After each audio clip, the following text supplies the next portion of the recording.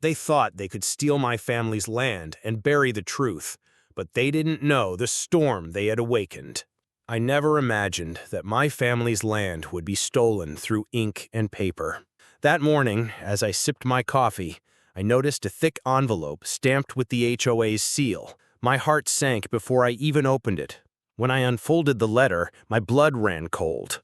Title: Unauthorized Sale of Property. My 2,200 acres, land my family had protected for generations, was gone. Signed away without my knowledge, without my consent. I stood frozen, the words blurred as anger and disbelief took over. They had sold my land, the trees, the hills, the creek, all stolen with a forged signature. My first instinct was to fight back. I grabbed my phone and dialed Frank, my attorney. My voice shook as I told him, "They've stolen my land. We need to uncover how they did this and destroy them for it." That night, sleep was impossible. I kept picturing my land, the rolling hills, the fields, the small creek. Every thought stung like betrayal. I knew the HOA had crossed a line they could never erase. The next morning, I stormed into Frank's office. He studied the letter, his brow furrowing. "This is serious," he said. "We'll need county records. Whoever signed this left a trail." For the first time, I felt hope. Days later, a former HOA member called me in secret. Their voice was trembling. They've been selling off prime lakefront properties for years. Millions stolen. You're not their first victim. My stomach turned. This was bigger than I imagined. With Frank's help, I uncovered a mountain of evidence.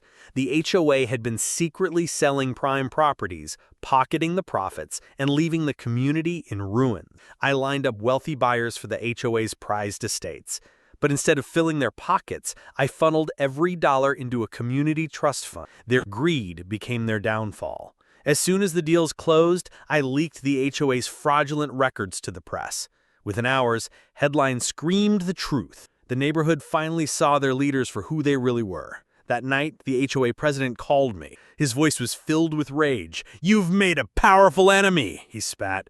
But I only smiled. "No, Henry," I said, "this is just the beginning." At the next HOA meeting, I stood before the community. I told them the truth. Their leaders had stolen from them for years.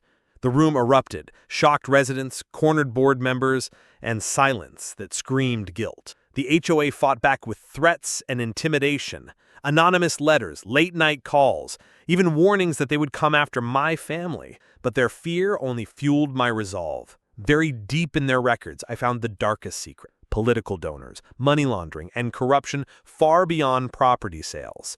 This wasn't just theft. It was an empire built on lies. They wanted me silenced, but instead I became a symbol of defiance. I wasn't just fighting for my land anymore. I was fighting for everyone they had crushed.